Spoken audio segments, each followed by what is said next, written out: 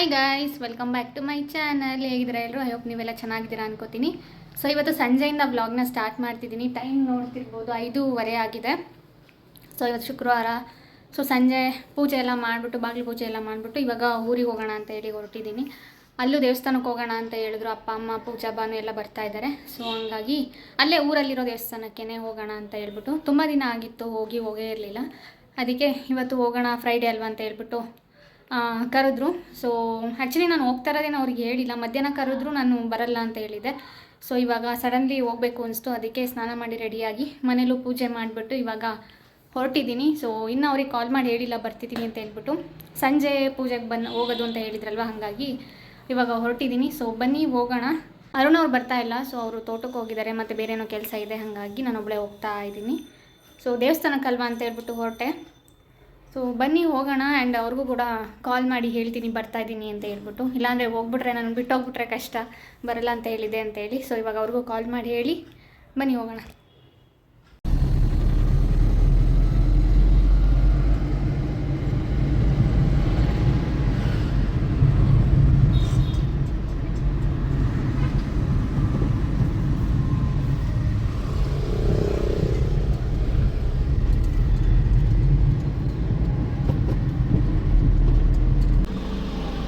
ಹೊರಟಿದ್ದೆ ಅಷ್ಟರಲ್ಲಿ car wheel ನೋಡಿದ್ರೆ air ಕಡಿಮೆ ಇತ್ತು.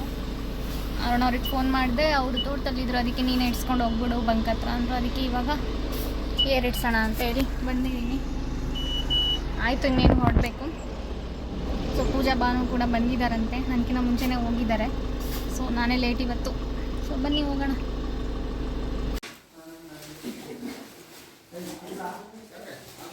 ಕೈ ಮುಗಿರಿ.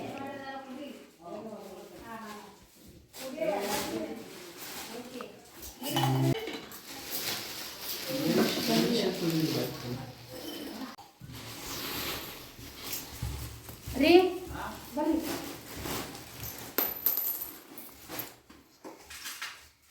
ತಾಳಮ್ಮ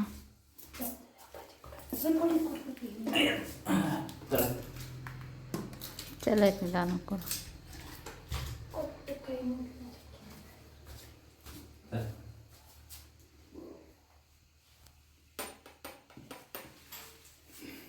पपी देता है पापा थोड़ा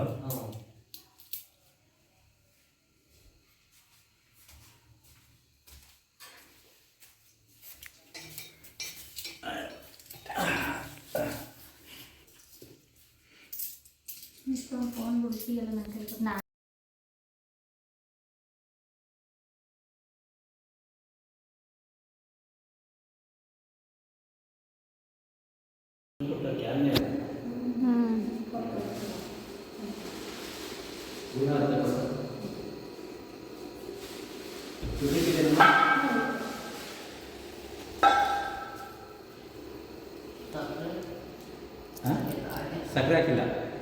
ಸಕ್ಕರೆ ಹಾಕಿಲ್ಲ ಅಂತ ಹೇಳಿದ್ರು.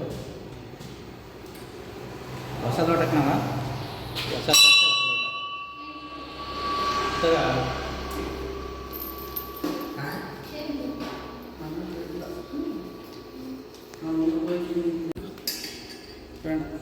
ನೀವೇ ಆಗಲಿ ಸರ್.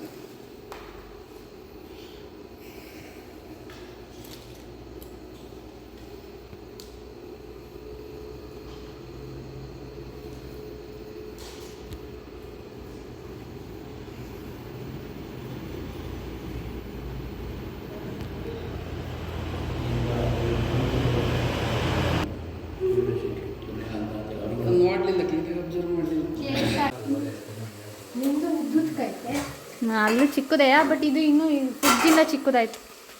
ಏನಿದು? ಚಿತ್ರಾನ್ನ. ನಿಂಬೆಹಣ್ಣಿ ಚಿತ್ರಾನ್ನ. ಇಲ್ಲಿ ರೈಸ್ ರೆಡಿ ಆಗ್ತಿದೆ. ಇದೆಲ್ಲಿ ಬೋಂಡಕ್ಕೆ, ಇಲ್ಲಿ ಬೋಂಡ ರೆಡಿ ಮಾಡ್ತಾ ಇದ್ದಾರೆ. ಮನೆಗೆ ನೆಂಟರು ಬಂದಿದ್ದಾರೆ ಅಂತ ಮಾಡ್ತಿದೀಯಾ?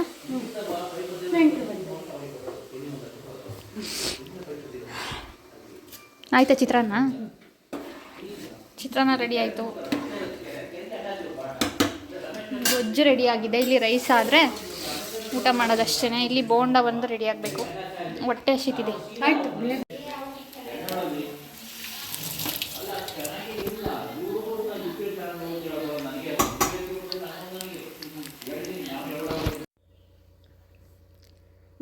Morning guys. ನೆನ್ನೆ ವ್ಲಾಗ್ನ ಕಂಟಿನ್ಯೂ ಮಾಡೋಕ್ಕಾಗಲಿಲ್ಲ. ನೈಟು ದೇವಸ್ಥಾನಕ್ಕೆ ಹೋಗಿ ಬಂದು ಊಟ ಮಾಡಿ ಮಲ್ಕೊಂಡ್ಬಿಟ್ವಿ.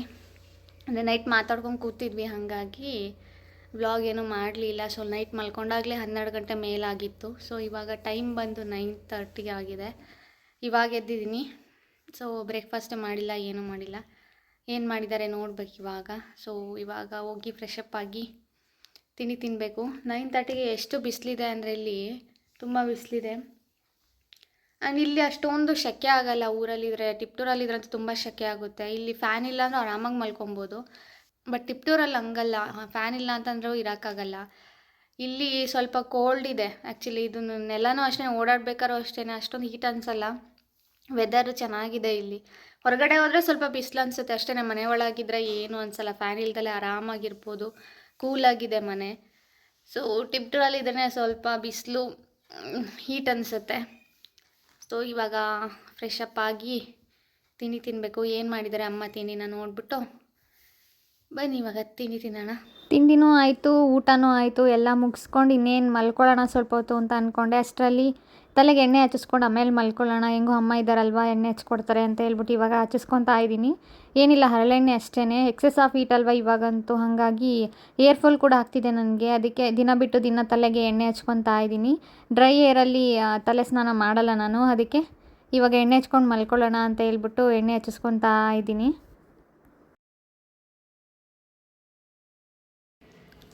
ಸೊ ಗೈಸ್, ಇವಾಗ ಊರಿಂದ ಮನೆಗೆ ಬಂದೆ. ಅಲ್ಲಿನೂ ಜಾಸ್ತಿ ವ್ಲಾಗ್ ಮಾಡೋಕ್ಕಾಗಲಿಲ್ಲ, ತಲೆಗೆ ಎಣ್ಣೆ ಹಚ್ಕೊಂಡು ಮಲ್ಕೊಂಡ್ಬಿಟ್ಟಿದೆ. ಸೊ ಇವಾಗ ಮನೆಗೆ ಬಂದೆ.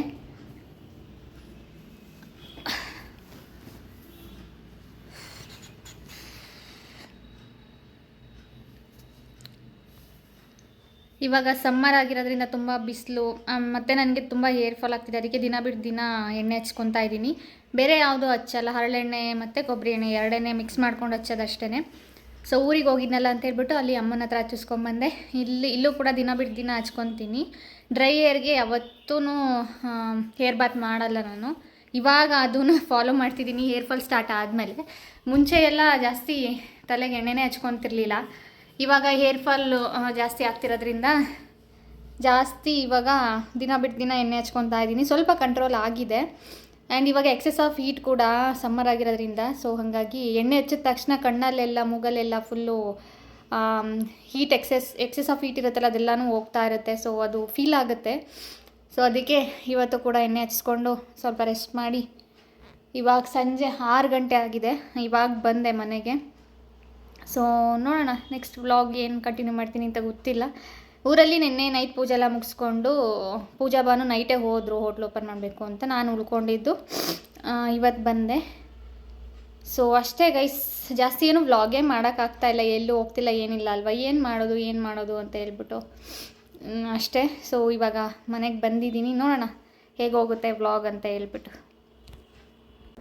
ಸೊ ಗೈಸ್, ಇವಾಗ ರಾತ್ರಿ ಊಟಕ್ಕೆ ಅಂತ ಹೇಳ್ಬಿಟ್ಟು ಏನಾದರೂ ಮಾಡೋಣ ಅಂತೇಳಿ ರೆಡಿ ಮಾಡ್ತಾಯಿದ್ದೀನಿ. ಟೊಮೆಟೊ ಇತ್ತು ಮತ್ತು ಬಟಾಣಿ ಎಲ್ಲ ಇತ್ತು, ಹಾಗಾಗಿ ಟೊಮೆಟೊ ಬಾತ್ ಮಾಡಿಬಿಡೋಣ ಅಂತೇಳಿ ರೆಡಿ ಮಾಡ್ತಾಯಿದ್ದೀನಿ. ಇಲ್ಲಿ ಟೊಮೆಟೊ ಮತ್ತು ಬೆಳ್ಳುಳ್ಳಿ, ಬಟಾಣಿ ಇದೆಲ್ಲ ತೊಗೊಂಡಿದ್ದೀನಿ. ಸೊ ಇವಾಗ ರೆಡಿ ಮಾಡ್ತಾ ಇದ್ದೀನಿ.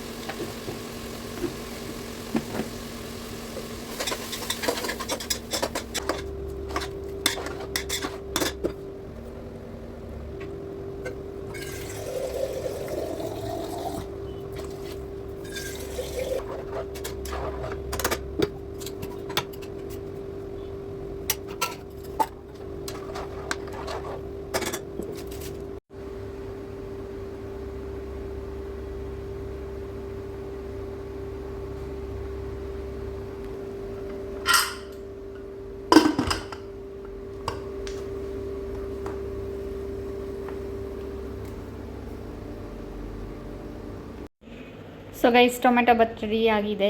ಹೇಗಾಗಿದೆ ಅಂತ ನೋಡೋಣ ಬನ್ನಿ.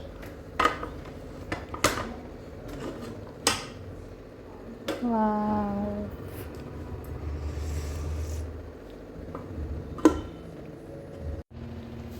So guys tomato bath ready ಆಗಿದೆ. ಇವಾಗ ಊಟ ಮಾಡೋದಷ್ಟೇ. ಸೊ ಊಟ ಮಾಡಿ ಮಲ್ಕೊಳ್ಳೋದಷ್ಟೇ. ಮತ್ತೆ ನಾಳೆ ವ್ಲಾಗ್ನ ಕಂಟಿನ್ಯೂ ಮಾಡ್ತೀನಿ, ನೋಡೋಣ ಹೇಗೆ ಹೋಗುತ್ತೆ ಅಂತ ಹೇಳ್ಬಿಟ್ಟು. ಟೈಮ್ ಇವಾಗಿನ್ನ 8 ಗಂಟೆ ಆಗಿದೆ. ನಾವೆಲ್ಲ ಊಟ ಮಾಡೋದೆಲ್ಲ ತುಂಬ ಲೇಟು. ಸೊ ಇವತ್ತು ಹೊಟ್ಟೆ ಹಸಿವಾಗಿದೆ ಅಂತ ಹೇಳ್ಬಿಟ್ಟು ಬೇಗ ಮಾಡಿದೆ ಅಷ್ಟೇ, ಇಲ್ಲಾಂದರೆ 10:30 ಮೇಲೇ ನಾವು ಊಟ ಮಾಡೋದು. ಸೊ ಇವಾಗ ಟೊಮೆಟೊ ಬಾತ್ ರೆಡಿ ಆಗಿದೆ. ಎಲ್ಲ ಬಂದಮೇಲೆ ಊಟ ಮಾಡಿಬಿಟ್ಟು ಮಲ್ಕೊಳ್ಳೋದು ಅಷ್ಟೇ. ಸೊ ಮತ್ತೆ ನಾಳೆ ವ್ಲಾಗ್ನ ಕಂಟಿನ್ಯೂ ಮಾಡ್ತೀನಿ.